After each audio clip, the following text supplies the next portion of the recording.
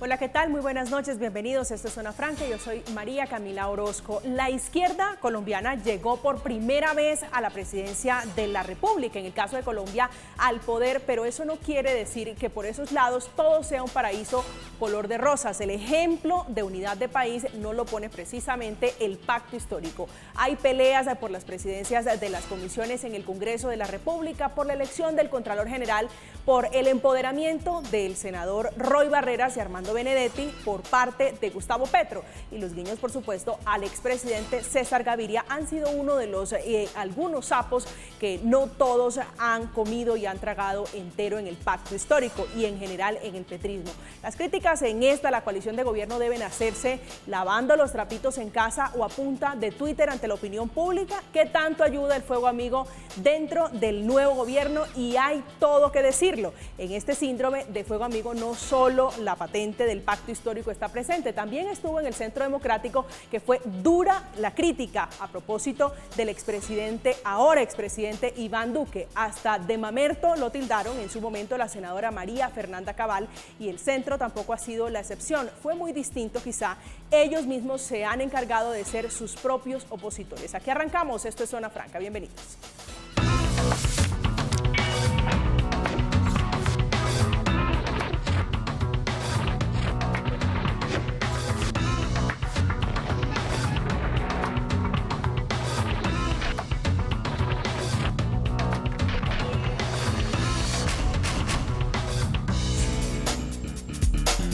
Y uno de los ejemplos más claros de las divisiones o aparentes divisiones se dio hace pocos días con la designación de los presidentes de las comisiones en el Congreso. Mafe Carrascal, que era activista, ahora es congresista, no logró ser presidenta y sin titubeo señaló a su colega del partido Ahmed Escaf de ser el nuevo Manguito, refiriéndose al senador Manguito, que es sinónimo en la política colombiana de traición. Esta noche está con nosotros Alirio Uribe, hablando entre otras cosas de política. Representante, buenas noches y bienvenido a Zona Franca. Buenas noches, María Camila. Gracias por la invitación. Aquí también está con nosotros Diego Cancino, concejal de Bogotá, para hablar de lo que está ocurriendo, concejal Cancino, en el pacto histórico. Buenas noches y bienvenido. Camila, mil y mil gracias a quienes nos ven a Zona Franca y a este excelente panelista, Alirio, también un saludo. Gracias, representante. Gracias, usted Diego. que pertenece al pacto histórico, quisiera tratarnos de ayudar a entender un poquito qué es lo que está ocurriendo en la coalición de gobierno, por qué esas peleas, qué es lo que está pasando. Bueno, saludo para Diego también. No, yo lo que creo es que pasa lo que suele pasar en el Congreso y en una bancada tan disímil, tan heterogénea, tan diversa como es la bancada del pacto histórico. Recuerden ustedes que estamos en un proceso joven de organizarnos como, digamos, bloque de partidos. Somos partidos diferentes, diversos. Y obviamente dentro de cada partido pues también hay individualidades, hay personas, y obviamente se han hecho unos acuerdos políticos que han permitido que exitosamente se nombren las mesas directivas del Senado, de la Cámara, se haga la composición de las comisiones constitucionales, de las comisiones legales, y obviamente en medio de todo eso se han presentado algunos incidentes y algunos desacuerdos. Por ejemplo, en el caso de lo que decía Mafe, pues hay un tema, y es que era la Colombia Humana, como partido del pacto histórico, las que debían colocar la presidencia de la comisión. Al parecer no hablaron, no se pusieron de acuerdo previamente o no clarificaron cómo iba a ser, y cuando llegaron a la comisión pues terminaron votando y obviamente las cosas salieron como salieron.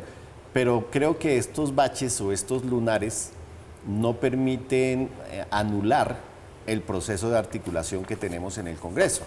Si no estuviésemos articulados con las bancadas de gobierno, pues no tendríamos la presidencia del Senado, no tendríamos la presidencia de la Cámara, no hubiésemos pactado 9 presidencias en las comisiones de Senado durante los 4 años, 8 vicepresidencias, y lo mismo en las comisiones. Entonces, yo creo que es un mal síntoma, digo, comenzar. Eso fue en la primera semana del Congreso. Sí, claro, precisamente nos estamos conociendo, nos estamos empalmando, nos estamos organizando.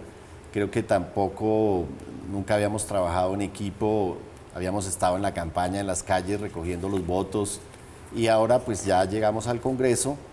nos estamos cohesionando como bancada, estamos conociendo, interactuando con las otras bancadas y creo yo que pues hay un control interno también. Digamos que Gustavo Bolívar saca su tuit y critica algunas decisiones. Yo creo que eso es parte de la democracia. Digamos que prender alarmas dentro de las propias filas del partido frente a algunos temas, dentro del pacto histórico, que no es un partido, es una coalición, pues me parece que es importante. Y yo no creo que esto vaya a desestructurar el proceso ni nos vaya a hacer fracasar como bancadas. Yo lo que creo es que hay que reconocer que cada congresista tiene una curul, que esa curul se la ganó con votos y que obviamente cada congresista tiene un fuero interno. Entonces, hay unas bancadas, hay una coalición de gobierno, todavía no sabemos cómo se van a declarar todos los partidos, si unos se van a declarar como miembros de gobierno, otros como independientes, el Centro Democrático por supuesto como oposición. Y una vez se defina todo eso, también se van a clarificar más las cosas. Si le parece, vamos por partes, o pareciera un poquito cantado, usted que conoce un poco mejor el Congreso, de cómo se van a distribuir las fuerzas, de quiénes van a ser independientes y quiénes van a estar en la oposición. Concejal Cancino, ¿qué lectura tiene usted sobre esto que algunos llaman fuego amigo en el petrismo? No, yo creo que acá nosotros tenemos que tener varias lecciones y como reflexiones profundas que nos negamos a tener. Yo creo lo primero es que la democracia es conflicto, Camilo. Y tratamos siempre de negar los conflictos. Y la democracia es puja de poderes también, puja de intereses, puja de razones, puja de emociones. Y que no haya conflictos al interior de una misma bancada, al interior de un mismo partido, pues eso es una ficción, porque también es puja. El gran reto es cómo nosotros esos conflictos en la democracia los tramitamos de manera no violenta. Y para eso es la democracia deliberativa. Pero es absolutamente normal que haya conflictos. Y además, como dice Alirio, esto está empezando, o sea, pasito a pasito. Esto va armándose, va, digamos, entroncándose, y la famosa unidad, esa unidad no va a ser homogenización, porque esa es la diferencia entre una democracia y un régimen homogéneo, un poquito autoritario. Y las diferencias se tienen que dar ahí también en esa unidad, que eso es lo que, digamos, fortalece. Y lo último es que yo creo que hay dos cosas que tenemos que pensar. Lo primero, podemos deliberar, podemos sentar la voz crítica, podemos entrar en esos conflictos. Pero los ataques a las personas, el argumento ad hominem, yo creo que hay que evitarlo. Yo, por ejemplo, he caído en eso y no es una buena idea. Las deliberaciones al interior más de la democracia tienen que ser críticas, tienen que ser agudas, pero no atacando a las personas ni ad hominem. Y lo segundo, yo creo que la reflexión sobre Mafe es muy importante, porque si hay acuerdos, y ahí sí yo creo que hay una voz crítica al respecto, si hay acuerdos, yo creo que los acuerdos hay que cumplirlos, porque eso genera confianza.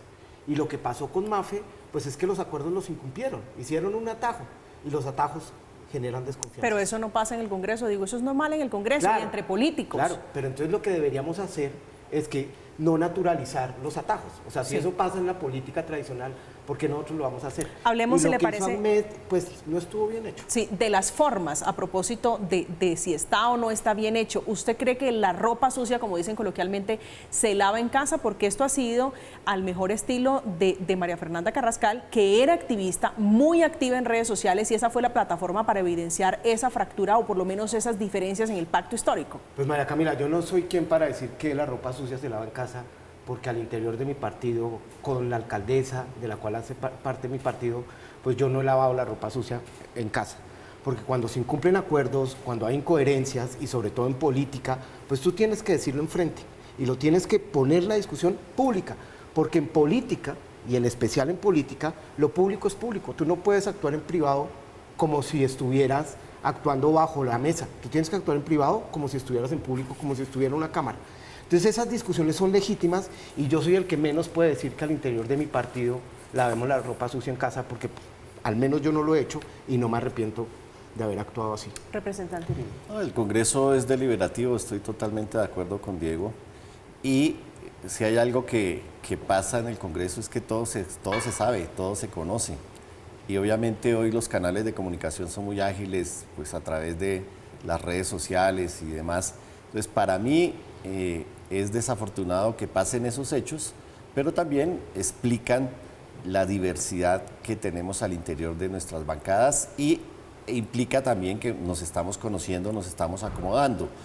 Pero yo insisto, aquí no va a haber una disciplina de perros ni nada de eso para los congresistas. Cada congresista, cada colega, cada mujer, cada hombre que está sentado allí en el Congreso, que viene con procesos detrás, de procesos sociales, que son afros, que son indígenas, que vienen de sectores campesinos, etcétera, es gente muy toreada en el mundo social, en el mundo popular. Entonces nadie le puede llegar a decirle a una persona de estas, usted tiene que hacer caso y estar de acuerdo siempre con todo lo que se haga. Van a haber siempre los matices, las posiciones, pero ¿qué es lo importante? Al final lo importante es lo que dice el presidente Gustavo Petro. Nosotros tenemos que sacar las reformas del cambio en el Congreso, reformas constitucionales, leyes estatutarias, reformas legislativas, y el gobierno tiene que hacer lo propio con las políticas públicas para cumplirle a los colombianos con el programa. Al final, para mí lo que cuenta es el resultado, es decir, vamos a hacer sí o no los cambios por los cuales fuimos elegidos tanto los congresistas del pacto histórico como el gobierno. Y obviamente es una garantía también para los colombianos que se den cuenta que nosotros actuamos democráticamente, que no estamos de acuerdo absolutamente en todo, que se está dando el debate político, y ese debate lo damos al interior de cada partido del pacto histórico, lo damos como bancada del pacto histórico, y como bancada del pacto histórico lo damos con las bancadas que se están aliando con el gobierno. Pero fíjese que esto pareciera, representante, que no hubiera, si lo discutieron y si fue así el caso, por ejemplo, de la comisión séptima, que lo de la comisión pareciera que no quedó tan claro, porque la representante Carrascal sale y hace unas acusaciones y es un cruce de trinos allí como una especie de cortocircuito. Sí, eso no debería pasar, pero pasó. Y ya pues está superado, ya la decisión se tomó, ya el representante es cada vez el presidente de la comisión, ya al interior de Colombia Humana el partido tendrá que definir, tomar las decisiones dentro del partido de cómo hacen ellos para cumplirse en los acuerdos, porque finalmente ahí el acuerdo era entre ellos. Ellos tenían la presidencia de la comisión y terminaron postulándose 2 personas. Entonces, eso se tiene que resolver allí, pero insisto, esto no va a truncar el objetivo final. La gente dice muchas cosas. Por ejemplo, la gente decía que el presidente Gustavo Petro tenía candidato al Contralor. Nunca tuvo candidato al Contralor. Y prueba de eso es que se recompuso la comisión, se eligieron los 10, se hicieron las entrevistas, todo esto, y la persona que decían que era el candidato del presidente no quedó. Y hoy, ¿cuál es la posición del presidente? El presidente es: no tengo ningún candidato o candidata a Contralor. ¿Y cuál es la posición de la bancada del pacto histórico? Es: votemos por meritocracia, miremos los puntajes y votemos por el mejor. Ya hablamos y ahondamos y profundizamos sobre el tema del Contralor, que creo que también hay allí una discusión muy interesante, concejal. Sigamos hablando de lo que pasa, alrededor de la bancada, de los consensos, más bien de consenso de unidad, si se puede hablar así, alrededor del pacto histórico. Pues miren, yo creo aquí una cosa, y es que nos convoca, y yo creo que pocas veces en este país nos ha convocado un proyecto de cambio. Y ese es el gran horizonte, ese es el gran punto de fuga. Y en ese cambio nos convoca una reforma rural, una actualización catastral, una apuesta profunda por la paz y de aplicar los acuerdos de La Habana, una propuesta por la universidad pública gratuita, una propuesta por una educación de calidad que no sea tan inequitativa, una propuesta por un tema ambiental donde no haya fracking, una propuesta donde el derecho a la protesta se intensifique. Y esos grandes horizontes políticos son los que están convocando a esta bancada. ¿Usted a quién ve como líder en la bancada del pacto histórico? En la bancada yo veo varios líderes y lideresas. Es que lo que dice Alirio es cierto, es que los que llegaron y las que llegaron son personas que tienen un recorrido impresionante. Y lo interesante no es que haya un solo liderazgo, lo interesante es que haya discusión, deliberación y construcción colectiva. Lo más interesante que puede pasar en esa bancada es que funcionen como una minga. Y eso sí sería sacarla del estadio, dentro de las diferencias, dentro de la heterogeneidad, dentro de sus intereses, razones, emociones, funcione como una minga. Y hay gente que lidera una cantidad de cosas en diferentes temas. Alirio, derechos humanos. Coincidimos en el tema de que la policía tiene que ser admirable y cuidar los derechos humanos. Pero, por ejemplo, hay gente que también lidera el tema feminista. Hay gente que lidera el tema agrario. Hay gente que lidera el tema de educación. Y lo que uno debe hacer es reconocer esos liderazgos. Tú eres un duro o una dura en la educación, listo, te seguimos y jalamos este barco para ese lado. Pero le quisiera preguntar más puntualmente sobre el senador Roy Barreras. Es muy poderoso, lo han empoderado dentro del pacto histórico, tanto que logró pelearle a Gustavo Bolívar la presidencia del Senado. ¿Qué tanto va a pesar ese rol protagónico que le ha dado Gustavo Petro o el pacto histórico en general al senador Barreras? Yo creo que el senador Roy Barreras es el presidente del Congreso y va a liderar el Congreso y las grandes reformas de este proyecto político, que además es un proyecto de país que en este momento ya se está gobernando, es para todo el país. Y él lo que ha dicho ha sido muy claro. Nosotros vamos a sacar estas grandes reformas porque son reformas fuertes. La reforma tributaria que se viene, como lo dijo el ministro de Hacienda, es una reforma donde los que más tienen que pagar más. Esto no puede ser regresivo, tiene que ser democrático. Esa reforma la jala Roy en el Congreso con los congresistas, pero al interior de la bancada, yo creo que los congresistas tienen su autonomía y son personas que tienen un liderazgo político que no van a obedecer bajo una disciplina de perros de una sola persona. Representante. No, yo pienso que el senador Roy tiene todas las virtudes. Inicialmente habían 6 candidaturas para la presidencia del Senado y se consideró de manera razonable y realista que el senador Roy era el que podía ayudar a armar esas mayorías para poder sacar adelante la agenda del cambio, y creo que fue una buena decisión. Creo que el país sabe que él tiene esa capacidad de diálogo con todos los partidos, y bueno, Gustavo Bolívar es un excelente senador, es una persona súper competente, pero seguramente su talante no le permite construir con la misma facilidad esas mayorías. Entonces son decisiones políticas y eso ya está superado, o sea, eso fue...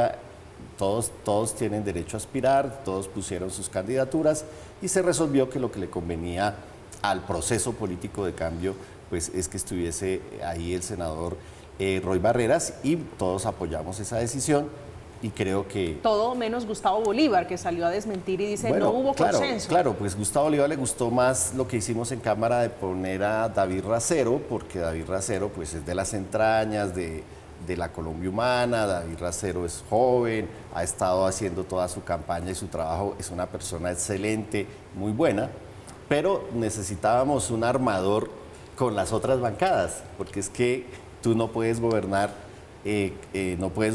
con 54 congresistas del pacto histórico. Tú necesitas en la Cámara 100 votos, en el Senado 60 votos más o menos fijos, y para lograr eso tienes que dialogar con nosotros y tienes que armar equipos para poder trabajar. Entonces, a mí me parece que la decisión fue sensata, fue razonable, y los resultados se van a ver en el marco del desarrollo de la agenda legislativa. Usted dice, representante, que esto ya está superado. ¿En serio las asperezas, las diferencias con Gustavo Bolívar, que fue el primero, uno pudiera leerlo si esa fuera la manera como disidente en algún sentido dentro del pacto histórico, ya eso hace parte del pasado? No, yo creo que Gustavo Bolívar va a seguir haciendo un control interno que es positivo. Si Gustavo Bolívar ve que está sonando una persona para un determinado cargo y él considera que esa persona puede tener un cuestionamiento y demás, pues él agarra el Twitter y nos notifica a todos y nos dice, oye, ojo con esa persona. A mí no me parece negativo, realmente no me parece negativo. Creo que es parte del quehacer democrático y es como es un control interno también, es decir, es encender las alarmas, es disparar las alarmas, y creo que está bien, y creo que todo lo tenemos que hacer. Es decir, si la bandera de este gobierno es que vamos a gobernar sin corrupción, pues yo creo que es un deber de todos los miembros del gobierno y de los congresistas de que si miremos un acto de corrupción, lo denunciemos. Concejal. No, digamos, ahí hay varias cosas que yo quisiera comentar frente a lo que dice Alirio. Lo primero, toda decisión, digamos, política o no política, genera dolores. Una decisión, digamos, de este calibre. Y en particular una decisión política, pues genera muchos dolores, porque hay gente compitiendo. Y eso es absolutamente normal y nosotros tenemos que entenderlo. ¿Cuál es la diferencia? Que cuando hay un régimen autoritario, pues entonces tú en tu bancada dices, es así, y te callas. Aquí yo nunca he visto que callen a Gustavo Bolívar, ni que le digan es así o se calla, pero son decisiones políticas, se necesitaban mayorías. Y yo entiendo el dolor de Gustavo Bolívar, pero yo nunca he visto a Gustavo saliendo a decir, el presidente Petro, qué mala elección, voy a ser disidente, no voy a apoyar el proyecto. Una decisión personal que tiene dolores personales, en este caso, no va a implicar una decisión política, porque el proyecto es tan potente que aún con estas decisiones se sigue jalonando. Acá el gran reto es sacar adelante este cambio y sacarlo con las grandes reformas que se han propuesto. Y ahí yo estoy seguro que Gustavo Bolívar va a estar jugado, Mafia va a estar jugado, Ahmed va a estar jugado, porque el proyecto es lo que nos inspira. Sí, esta noche también está con nosotros otra persona que estuvo muy cerca al presidente cuando era candidato Gustavo Petro, ahora presidente Gustavo Petro, es Rudolf Homes, que es economista, exministro de Hacienda del gobierno de César Gaviria entre 1990 y 1994. Fue rector de la Universidad de los Andes y ha sido columnista de varios periódicos y revistas del país. Doctor Homes, muy buenas noches, bienvenido. ¿Cómo está? Qué pena, me cogió un lío de tráfico que casi no llego. Hoy tenemos ciclovía nocturna, tiene Por eso, excusa sí. usted para llegarnos un poquito tarde esta noche, doctor Homes. Déjeme preguntarle, aquí estamos en la discusión sobre lo que está ocurriendo en el pacto histórico. ¿Cómo lo lee usted, las diferencias? Usted, entre otras cosas, que lo apoyó y ha sido en algún sentido crítico. Yo no creo que he sido crítico. He estado tratando de ayudar con mis opiniones. Yo resolví entrar al pacto histórico antes de la última elección por razones políticas y no por la política económica, ¿no? Y sí, como lo que sé es de política económica, entonces cuando yo veo algo, lo digo. Pero yo estoy con el gobierno y estoy entre entusiasmado y asustado, porque a veces van como muy rápido y con muchas cosas nuevas. Y está bien, uno se entusiasma, pero hay también muchas oportunidades de embarrarla, ¿no? ¿Qué le asusta? ¿Qué me gusta? ¿Qué le asusta? Embarrarla, porque es que en un país pobre cometer errores puede ser bastante grave, ¿no? Y difícil de echar para atrás. Entonces, por eso creo que el papel de la gente que tiene opinión y tiene el valor para hablar es importante. Me alegró el día de la posesión en el discurso que le hizo el presidente a su gabinete, que hizo mucho énfasis en que iba a recibir con el beneplácito las opiniones, fueran buenas o fueran malas. Y me parece que hay que entender que los que somos de esa orientación, como soy yo, las cosas que digamos las hacemos con buena intención, pero no necesariamente tienen que ser agradables, ¿no? Sí, estábamos aquí en la conversación con el representante Alirio Uribe, con el concejal Diego Cancino, de lo que ha sido algunas voces que han generado ruido al interior del pacto histórico, para que usted nos dé su impresión. La representante María Fernanda Carrascal, el senador Gustavo Bolívar, alrededor de algunas diferencias que ha habido en el pacto histórico. ¿Cómo lo interpreta usted, cómo lo lee? Porque entre otras cosas han sido tempranas, o por lo menos arrancando el pacto histórico, arrancando la coalición de gobierno.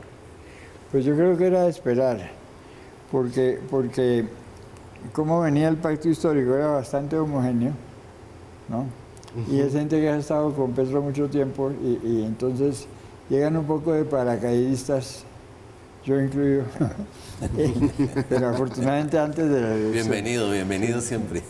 Y los paracaidistas entonces principian a tener papeles, etcétera, entonces Pero María, va a haber conflicto. ¿Quiénes están allí? Usted dice, yo soy paracaidista. ¿Quién más está allí, doctor? Bueno, varios ministros. El ministro de Hacienda es paracaidista.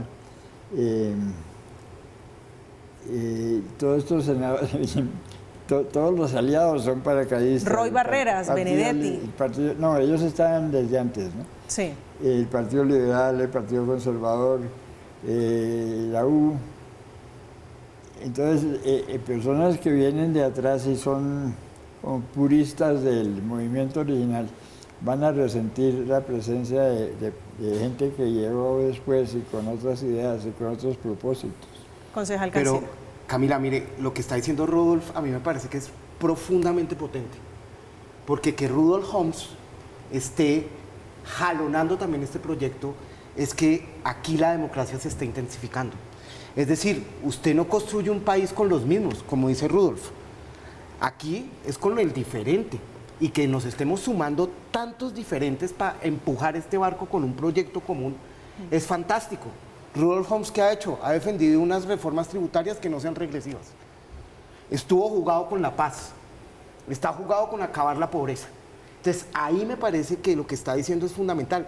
Y yo discrepo con que sean paracaidistas, porque acá hay un proyecto de unidad amplia, donde lo que nosotros estamos haciendo es tejiendo desde la diferencia para empujar este barco. Pero no es que cayeron de la nada. Los sino que se están conservadores no sumando. cayeron de la nada. Se están sumando. Los liberales no Rudolf, cayeron por de la ejemplo, nada. no cayó de la nada, sino que Rudolf entendió que acá hay un proyecto. El exministro está Sí. hablando de los liberales, de los conservadores Sí, que pero aterrizaron no, a última no hora. críticamente, sino... Sí, yo Sí, sé, yo sé. no, Yo sé. políticamente es aceptable, pero digo... Pero, por ejemplo, los liberales entendieron que tienen que estar en este proyecto porque son liberales. Imagínate en un proyecto donde dicen, aquí no hay paz, acá hay una reforma tributaria regresiva, acá vamos a seguir concentrando la tierra. Ese es un proyecto totalmente antiliberal. Entonces, claramente, como apuesta política, los liberales tenían que estar en esta vuelta. Representante. No, yo saludo que el señor Rudolf Holmes y muchos otros estén llegando a este proceso, porque aquí lo que tenemos que pactar al final, María Camila, es un nuevo país. Yo creo que hemos adolecido de un proyecto de país. Y ese proyecto de país no lo puede construir el Pacto Histórico, o el Partido Liberal o el Partido Conservador. Esto tiene que ser un gran acuerdo nacional, porque precisamente si decimos, bueno, vamos a cambiar el modelo extractivista para pasar a unas economías más limpias, para pasar a un modelo de desarrollo productivo compatible con los ecosistemas, con los páramos, con la vida, hacer un reordenamiento territorial. Yo creo que esos temas tenemos que discutirlos entre todos. Si nosotros vamos a decir, bueno, vamos a generar soberanía alimentaria en Colombia y entonces ya no vamos a importar 15 millones de toneladas de alimentos al año, sino que vamos a producir y a intensificar la producción de alimentos. O si decimos, vamos a convertir a Colombia en un país turístico, yo creo que toda la gente que ha viajado en este país sabe que Colombia es precioso comparado con cualquier país de Europa, cualquier país del mundo, que tendría un gran potencial en el tema de turismo sostenible. Yo creo que sí tenemos que hablar entre nosotros para ponernos de acuerdo en ese modelo de país. Es decir, aquí la gente no puede seguir pasando hambre, aquí la gente no puede seguir sin educación, aquí la gente no puede seguir sin salud. Yo creo que hay temas que son básicos, que son elementales, y creo que esa causa es una causa común. Yo creo que la gente que vive sabroso en Colombia, porque tiene los recursos, porque vive en determinados sectores de la ciudad, tiene seguridad, tiene comodidades, no tiene por qué molestarle que ojalá todos vivamos sabroso, ¿cierto? Que uno salga a la calle sin miedo de que lo asalten, de que lo atraquen, de que se genere empleo, de que crezca la economía. Yo creo que hay unas metas estratégicas que tienen que ser metas comunes y que no están marcadas por un partido, sino que son metas de país. Y creo que hoy lo que se va gestando es la posibilidad de que hagamos ese gran pacto, que hagamos la paz total y que digamos, bueno, ¿qué queremos? ¿Qué Colombia queremos? ¿Qué queremos que a futuro tengan nuestros hijos? ¿Qué modelo educativo? ¿Cómo hacemos para generar inclusión social? Y creo que esos debates hay que darlos entre todos. El señor Holmes ha estado en el gobierno y sabe la responsabilidad tan terrible que se tiene cuando es gobierno para tomar decisiones por los impactos que esto causa en la sociedad para bien o para mal. Entonces yo sí creo que necesitamos todas esas inteligencias, todas esas experiencias para ayudar a diseñar ese país. Sí. Doctor Holmes, usted por su Twitter, a juzgar un poco por sus posiciones, usted es muy activo en redes sociales, lo leemos constantemente hablando y una de sus últimas publicaciones hace referencia al gabinete designado por el presidente Gustavo Petro. ¿Está conforme con el gabinete? ¿Le gustan los nombres de los ministros? ¿Está tranquilo? Pues yo no conozco a todos, ¿no? Pero lo que estaba defendiendo es que hay diversidad. Bueno, muy buena idea que haya paridad de hombres y mujeres, me parece que hay que dar ejemplo y ese es el tema primero. Que haya gente de edad mía me parece maravilloso también, ¿no? Y que faltan más jóvenes. Pues ya dijo Petro que eso va a ser en los viceministros. Los viceministerios. Bueno, está bien, ¿no? Yo creo que tener una persona de más de 70 años de ministro y un viceministro de 24 o de 30, ¿no? Es bueno, porque se van a tener que aprender a trabajar juntos, a respetarse. Yo tuve esa experiencia, yo llegué más o menos de 29 años después de haber estudiado en Estados Unidos y a los 30 estaba en el Ministerio de Hacienda de asesor del ministro, asesor era ayudante pues, pero el título era asesor. Y había 10 años de diferencia, pero la mayor parte de la gente que ya estaba instalada era mucho mayor y nos veían como por unos pipiolos ahí incómodos, ¿no? Y nos ganamos un sitio. El grupo que entró conmigo, Guillermo Perry, María Mercedes Cuellar, voy a olvidarme de gente, pero casi todos hemos estado en posiciones de responsabilidad. Yo creo que es un buen modelo. Sí, usted ya para irnos al corte de doctor Rudolph, usted en su cuenta de Twitter ha sido, le decía, muy activo, fue de las primeras voces que muchos interpretaron o incómodas o como disidencias, si se me permite la expresión. A quienes dicen y lo interpretan y lo leen a usted como uno de los arrepentidos de haber apostado a este proyecto político, ¿usted qué le responde? Que están equivocados. Es que a mí, ¿por qué yo tomé esa decisión? Primero estaba muy incómodo con los otros candidatos y estaba muy incómodo con todos mis amigos porque parecían todos damiselas en peligro, ¿no? Y esto es ridículo, un poco gente inteligente con este tipo de... ¿no? Yo voy a dar un ejemplo y eso es lo que hice. Y todo el mundo se volvió loco este tipo. No, por el contrario, creo que fui el único racional, ¿no? Coherente. Además con la posición correcta. Coherente y con la posición correcta. Bueno, ganaron y están gobernando ahora. A propósito de este tema, uno de los hechos que más malestar o que más molestia ha generado al interior del pacto histórico ha sido el empoderamiento, lo decíamos hace apenas unos instantes, que le han dado a personajes como el muy poderoso senador Roy Barreras y Armando Benedetti, que va a estar en la embajada en Venezuela. Muchos han señalado que ellos no representan el cambio que se ha querido promover e imponer desde el pacto histórico. Estamos en Zona Franca, vamos a hacer una pausa, ya regresamos.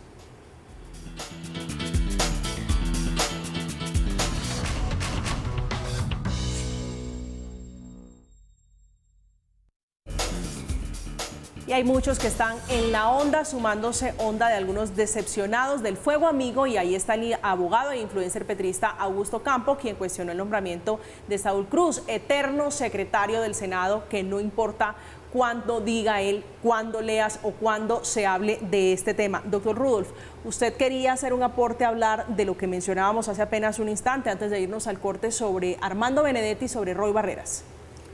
Bueno, en primer lugar, ellos ayudaron, y yo creo que en buena medida el triunfo tiene eso, porque ellos hicieron la parte política y lo hicieron bien. Pero el discurso de Roy me sorprendió, por lo bueno, ¿no? Me pareció muy bien pensado, no sé si lo haría verlo, le ayudaron, pero en todo caso muy bien jalado. Y refrescante. Yo sé que él ha estado a favor de la paz y en eso hemos estado. Inclusive el día de la demostración estábamos los dos sosteniendo la misma bandera en puntos distintos, ¿no? Pero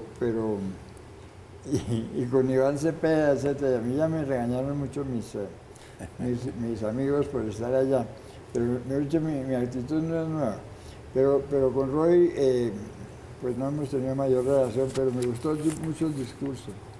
Y Armando lo conozco más y seguro que le va a ir muy bien en Venezuela porque es una cultura parecida pues a la de Barranquilla y él sabe cómo se mueve pues. Puede que su esencia caribe le ayude un poquito. Concejal Cancino, pasemos al tema. Les hablaba hace unos instantes, hay muchas caras nuevas en el Congreso de la República, muchas personas que estaban realmente haciendo activismo. ¿Qué tanto va a pesar esa realidad o ese choque que muchos pueden tener de pasar del activismo a la acción, que es enfrentarse a un monstruo como es el Congreso de la República? Hablemos del caso del pacto histórico concretamente. Pues a mí me parece fantástico, Camila. Porque que las personas que son activas, que son líderes sociales, que inciden en Twitter, que han hecho apuestas colectivas, decidan hacer política, pues es maravilloso, porque muchas de estas personas dicen, no, yo no me voy a eso, porque eso es una desgracia. No, la única manera de transformar la política es haciendo política. Y estas personas activistas, estos jóvenes, estas personas que hacen música, que han estado en redes sociales, que jalonaron algunos de los movimientos del paro, pues que estén en el Congreso es una herramienta muy potente de transformar la política y de tener una incidencia social y de transformación social muy profunda. Yo creo que la herramienta más potente para profundizar la democracia y para generar transformaciones sociales es el ejercicio político. Y si ahí llega gente heterogénea, transparente, no corrupta, con sus propias agendas colectivas y que las han hecho de tiempo atrás, o sea, que tienen un rollo colectivo armado, pues la incidencia que van a tener ahí es buenísima. Sí, y al fin y al cabo es la representación, como dice, del país, el Congreso. Pero le preguntaba, no me malinterprete, por los choques que puede haber, digo, pasar del Twitter, pasar de las redes sociales en sí, a enfrentarse, fíjese usted el caso de la representante Catherine Jubinao, ¿sí? Katy Jubinao, que proponía en campaña eliminarle los beneficios a los congresistas y se enfrenta con una realidad que es la que tenemos. No se puede, por lo menos no como lo tenían pensado. Pues yo creo aquí que hay dos cosas. Lo primero es, ese no es un argumento, una razón suficiente para decir no entren, ¿sí? O sea, que se van a encontrar con un Congreso muy diferente, que van a tener que tramitar los intereses, los conflictos, pero eso no es una razón suficiente para decir, oiga, no le juegue a la política. Segundo, si tú puedes desplazar la práctica tradicional de la corrupción con este tipo de personas, bienvenidísimo. Y tercero, lo que yo he notado cuando llegan personas de redes sociales, personas que no están en el mundo de la política, es que el saldo pedagógico es hiperbólico, Rudolf. O sea, se aprende muy rápidamente y se logra, digamos, uno adaptar sin caer en las prácticas tradicionales de la corrupción. Mire, yo les voy a poner un ejemplo. Susana Muhammad era una activista ambiental y como concejala fue fantástica. Y ahorita como ministra de Ambiente la va a sacar del estadio. Carlos Carrillo era un tuitero donde movilizó también el tema de la séptima y ha sido un concejal crítico que está aquí en Zona Franca muy seguido y no, yo creo que Carlos Carrillo ha hecho una tarea muy importante. Diego Lacerna era un activista sobre el tema de movilidad urbano y ha hecho una tarea también muy seria. Lo que yo he aprendido en el Consejo es que todos estos tipos de perfiles se adaptan muy rápidamente y logran hacer la tarea. Y las tres personas que yo acabo de mencionar, estoy seguro que nos han robado un peso y que no tienen un ápice de clientelistas. Representante Uribe. No, yo creo que hay varias visiones. Primero, yo creo que lo que más necesita un político es vigilancia social, sea en el Congreso, sea en el gobierno. Y obviamente cuando uno tiene, por ejemplo, una senadora como Aida Quilcue, por poner un ejemplo, que ha sido líder indígena toda la vida y que tiene pueblos indígenas detrás mirándola qué es lo que va a hacer y cómo lo va a hacer, pues eso lo que le da es una garantía al país de que ese tipo de congresistas van a llevar esa representación. O un tipo como Robert Daza, toda la vida líder campesino, y llega allí y tiene una cantidad de organizaciones y sectores campesinos detrás, pues obviamente para mí eso es una vigilancia social. Tal vez lo más difícil realmente, María Camila, es que todos vienen con un chip de oposición. Ese chip cerebral de que se critica mucho el gobierno, las políticas, y tienen que cambiar el chip a decir, bueno, somos gobierno.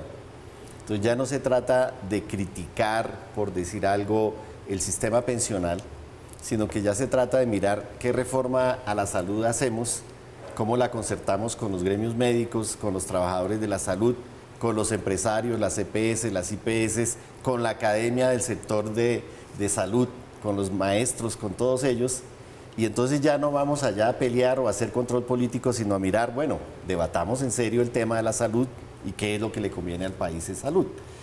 Creo que ahí sí se necesita un proceso de adaptación.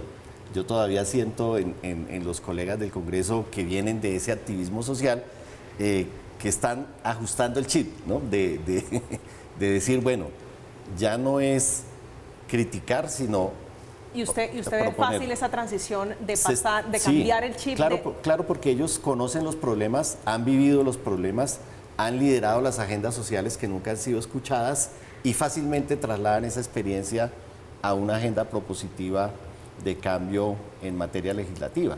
Entonces yo creo que sí, y obviamente yo reconozco. Ahora, todos tenemos miedo, no solamente aquí el maestro, el profesor Rudolf Holmes tiene miedo. Nosotros también tenemos miedo. Nosotros nos comprometimos con el país y nos comprometimos a gobernar para todos, que eso no es fácil. No solamente para los que votaron por nosotros, sino para todos los demás. Incluso para los que nunca han votado, que es la mitad del país. ¿no? Que la gente que casi nunca vota, o el 40%, ha aumentado. Pero tenemos temor, obviamente. ¿Cómo no va uno a confesar? Tenemos temor a equivocarnos, tenemos temor a que no hagamos las reformas que se deben hacer. Obvio, nunca habíamos gobernado. Por eso estamos buscando la gente más inteligente, la gente con más experiencia. Queremos tener mamos, así como los indígenas. Cuando yo veo a estos ministros mayores, yo los leo como un mamo. Y van a estar interactuando generacionalmente con gente más joven que tiene otras apuestas, y eso lo único que puede generar es buenas ideas y buenas propuestas para encaminar el país. Me parece que es todo un desafío, pero pues me parece importante. Doctor Homs, ¿usted cómo lo interpreta la juventud, del activismo al Congreso? Y me interesa mucho, me llama la atención lo que plantea el representante Alirio sobre ese cambio de chip de oposición a ser gobierno. Pues mire, yo salí el domingo con mi mujer a caminar por el centro y la gente andaba feliz. Sí. ¿No? Entonces, pero esto es un cambio absoluto. Hay un cambio de chip completo. Es decir, había toda una actitud de celebrar, de gente con banderas, con bombas. Yo no vi gente tomando trago, nada, era toda una actitud de, hombre, esto nos llegó por fin el momento. Que no había pasado antes, además. Yo no me acuerdo, yo siempre he estado muy activo. ¿Usted recuerda alguna posesión en esa misma proporción? Desde cuando la Corte Constitucional no permitió el tercer gobierno de Uribe, yo no he visto tanta gente tan contenta como vi ahora en esta, y una multitud afuera.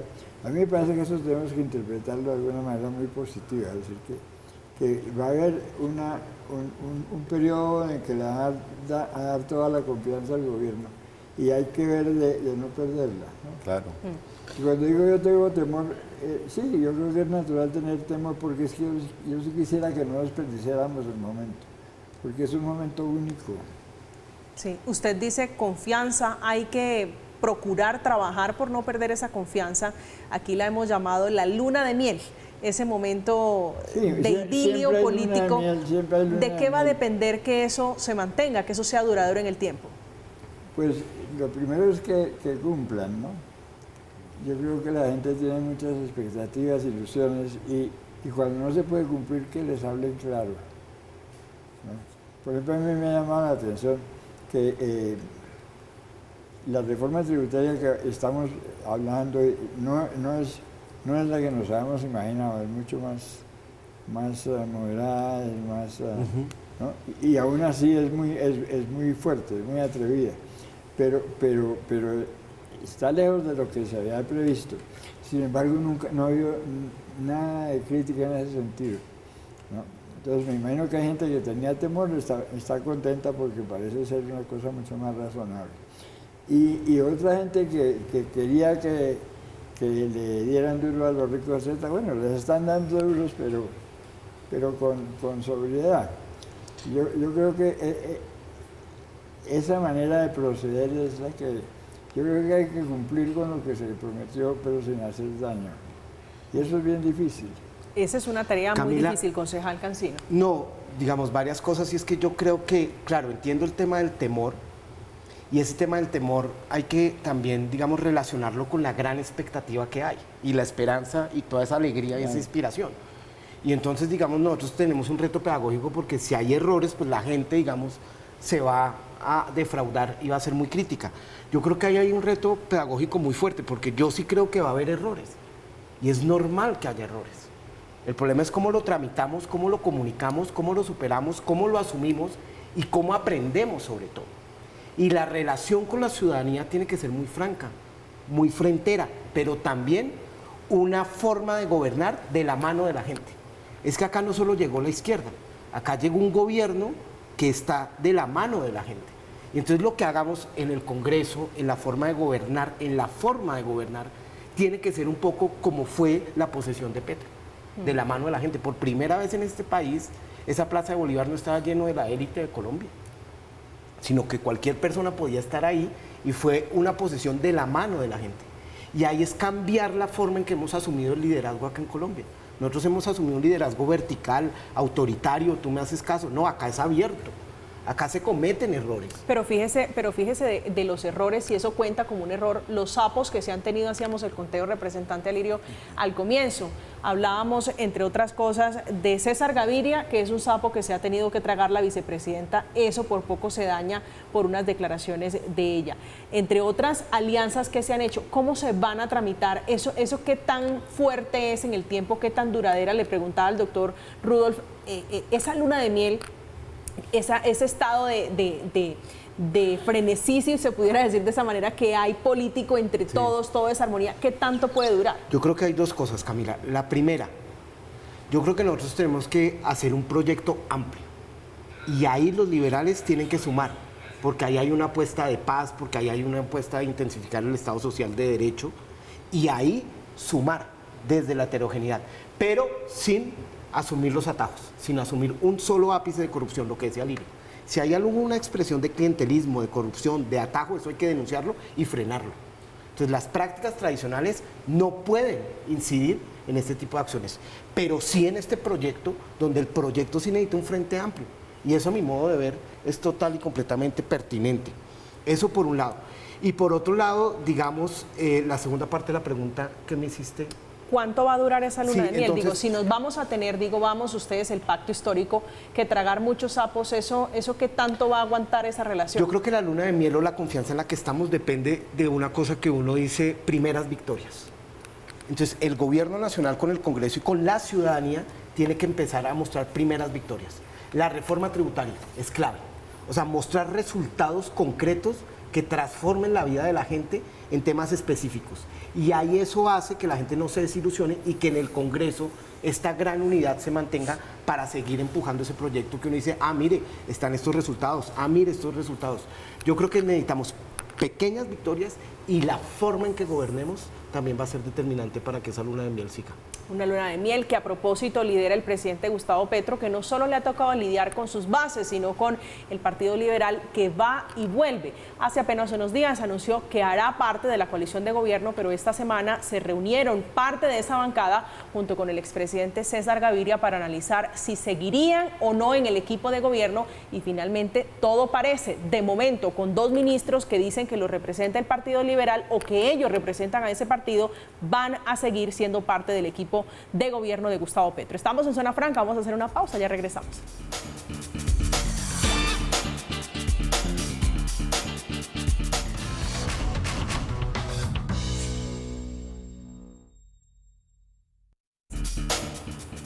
Representante Alirio, usted me decía, vamos a tramitar esto no va a ser una disciplina de perro. ¿Cuál cree usted que va a ser o que podría ser la gran conclusión alrededor de lo que ocurre, de lo que podría ocurrir en el pacto histórico? No, estamos llegando.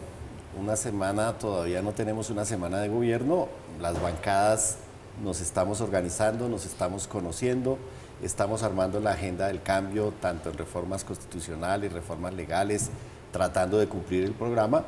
Yo lo que pido es comprensión, estamos en eso, somos diversos, somos diferentes, hay diferentes opiniones y ese debate es bienvenido, bienvenida la crítica de la oposición, los que no estén con el gobierno, bienvenida la crítica de los independientes y vamos a trabajar de la mano para lograr consensos. Todo lo que se haga que sea de transformación en este país va a pasar legislativamente por el Congreso y va a pasar por políticas públicas del gobierno y ustedes nos van a cuidar, nos van a auditar, si lo hacemos bien nos van a aplaudir, si lo hacemos mal nos van a criticar y esa es la democracia. Yo creo ¿Qué se siente pasar de haber sido oposición a ser gobierno? Pues yo estoy feliz, yo no pensé que iba a haber un gobierno alternativo en Colombia, yo creí que esto nunca iba a pasar, pasó, es hoy, lo vamos a vivir, lo vamos a disfrutar, lo vamos a hacer de la mano de la gente y lo vamos a hacer con todo el compromiso y toda la transparencia para que el país se sienta afortunado de tener un buen gobierno. Lo veo que el cambio de chip fue rápido, sí, el suyo. Sí. Doctor Rudolf. Está muy sonriente. Sí, señor. No, yo creo que, oyendo lo que dijeron, lo más importante no es la reforma tributaria, es cómo van a usar la plata, ¿no?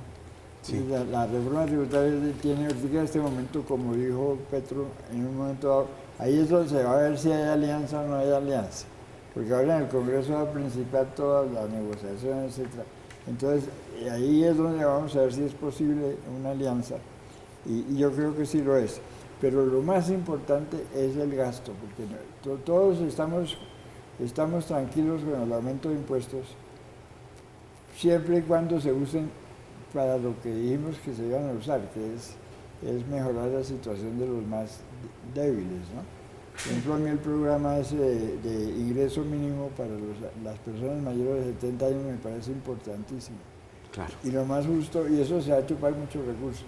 Y el otro es el ingreso mínimo para la gente más pobre, ¿no? Esas dos cosas yo creo que darían un gran impulso, es decir, así estamos cumpliendo, ¿no? Y ya está eso ya está estudiado, ya no es sino tomar la decisión. Yo diría que yo estoy pendiente de que eso pase, porque han sido muy vagos dicen esto va a tener una aplicación social y no sé qué, pero ¿Usted quiere más detalle? ojalá ¿Hacia lo dónde va la plata? concreten, sí. ¿Hacia dónde va la plata? Entre Yo he otras dicho cosas. ahí en los tweets, yo no voy a decir nada sobre la reforma tributaria, porque lo que me importa es cómo se va a gastar. Sí, que eso es al final de todo lo que se está jugando aquí, el capital político, concejal Cancino, del presidente Petro, de su equipo de trabajo, que le apuesta de primera a la reforma tributaria. ¿No? Y Sí. el cambio, ¿no? Sí, Y entonces frente a ese cambio, yo creo que aquí hay que profundizar y tener muy claro que tenemos un reto crucial. Y en ese cambio de la vida y el cambio de la paz es, cumplamos la Constitución al menos. Miren, el artículo 11 de la Constitución es el derecho a la vida es inviolable y no habrá pena de muerte. Y ese artículo no se ha respetado. Acá hay pena de muerte y el Estado ha aplicado pena de muerte. Yo estoy seguro que con Gustavo Petro eso no va a pasar y se va a intensificar el cuidado de la vida. El artículo 22 dice, la paz es un derecho y un deber de obligatorio cumplimiento. Eso es un poema que hay que realizar y que es una de las grandes apuestas. Y la traducción de Jaime Garzón del artículo 12, que dice, nadie podrá llevar por encima de su corazón a nadie, ni hacerle mal en su persona, aunque piense y diga diferente. Acá no va a haber tortura. Y acá se va a hacer una gran apuesta por la paz y por intensificar la democracia. Rudolf Homs esta noche hablando aquí en Zona Franca del Fuego Amigo, Diego Cancino y Alirio Uribe hablando de los tire y afloje, algunas diferencias, algunos rifirrafes alrededor del pacto histórico. A los tres muchísimas gracias por acompañarnos, doctor Rudolf. Un gran gusto tenerlo esta noche aquí en esta mesa. Muchas gracias. Concejal Cancino, muchas gracias. Gracias, Camila. Esta noche también hablábamos, entre otras cosas, de la relación con el Congreso, de los retos que tiene el presidente Gustavo Petro, que va en su primera semana como presidente en ejercicio. Van dando el carro del pacto histórico, entre otras cosas, con conversaciones que podrían iniciar en Cuba alrededor de la paz total. Ya hay una delegación del gobierno intentando dar los primeros pasos. Llegamos al final. A ustedes, como siempre, gracias por acompañarnos. Que tengan una feliz noche.